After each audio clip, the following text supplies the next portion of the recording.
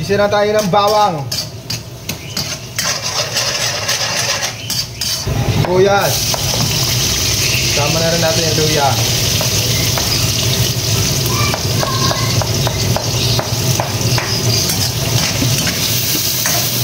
Ating paginahin na.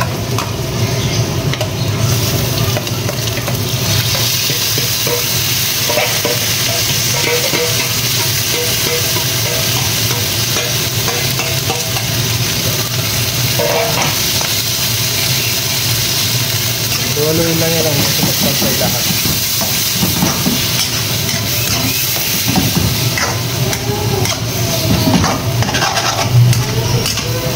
Okay lang yan, halo-haloin mo kasi maganda kung durog na durog.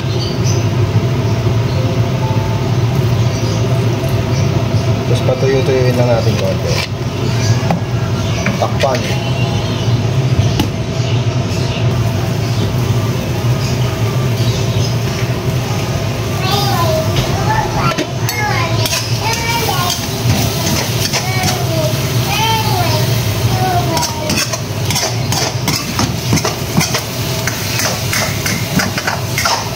Ayan, medyo natuyo na siya kanina. Tinimpla ko na rin yan. Nilagyan ko ng kalahating basong tubig. Nilagyan ko na rin ng gata, asin, bechin, at ground pepper.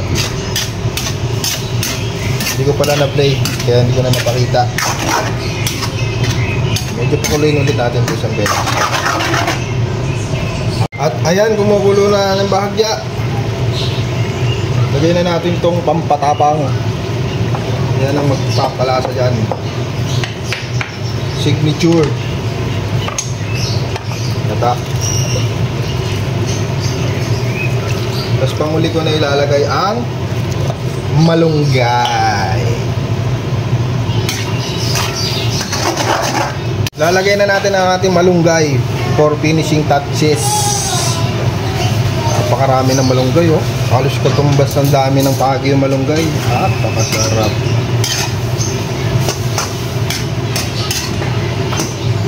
Pailalim nyo lang yan para maluto. Lantayin nyo na lang konti yung pwede.